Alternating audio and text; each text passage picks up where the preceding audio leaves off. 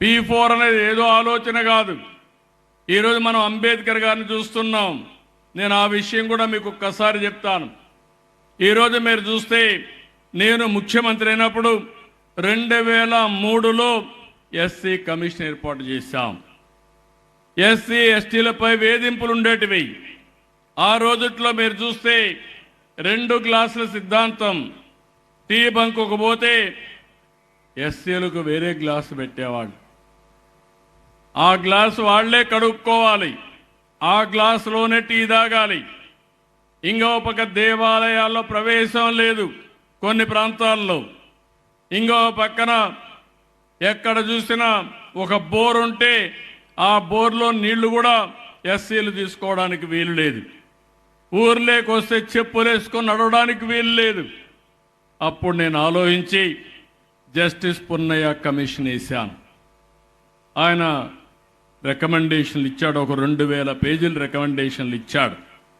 అందులో 23 జీవోలు ఇచ్చాను, 2 మెమోలు ఇచ్చాను. నేను ఒకటే చెప్పాను, మనుషుల్ని మనుషులుగా గౌరవించాలి. ఇది అంబేద్కర్ గారు రాసిన రాజ్యాంగం. దీని ప్రకారం వీళ్ళకు న్యాయం చేయాలి. ఈ రోజటి నుంచి ఏ ఊర్లో కూడా వివక్షత చూపిస్తే వాళ్ళ మీద చర్యలు తీసుకుంటానని చెప్పి చర్యలు తీసుకొని ఏ గ్రామంలో కూడా వివక్షత లేకుండా చేశామంటే అది తెలుగుదేశం పార్టీ చూపించిన దారిని మరొకసారి మీ అందరికీ విజ్ఞప్తి చేస్తున్నా.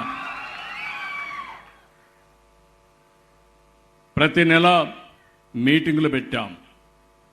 గ్రామాల్లో అధికార యంత్రాంగాన్ని పంపించాం, ఎస్ఐని పంపించాం, తహసీల్దార్ని పంపించాం, కలెక్టర్ని వెళ్ళమన్నాను.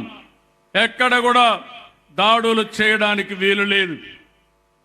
దళితుల హక్కులు కాపాడమని ఆదేశాలు ఇచ్చాను. అలాంటివి చేసిన తర్వాత ఈరోజు నాకు ఎక్కడ కంప్లైంటే రావడం లేదు.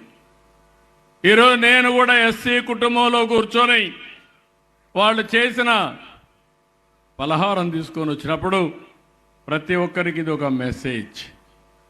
ఎందుకు చెప్తున్నానంటే మనలో కూడా మానవత్వం ఉండాలి. మనుషులందరూ సమానమే. ఇప్పుడు ఒక అమ్మాయిని చూశారు, రత్నలత, ఆస్ట్రేలియాలో చదువుకొని ఆడ ఉద్యోగం వచ్చింది. ఆ అమ్మాయిని చూస్తే అందరి పిల్లలతో సమానంగా ముందుకు పోయింది.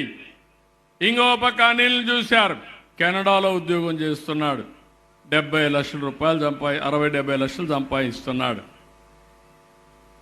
ఇప్పుడు అతన్ని అక్కడ ఎస్సీగా ఎవరు చూడరు. ఇక్కడ అనాగరిక ప్రపంచంలో ఒకప్పుడు ఇవన్నీ ఉన్నాయి, అవన్నీ రూపుమాపాం.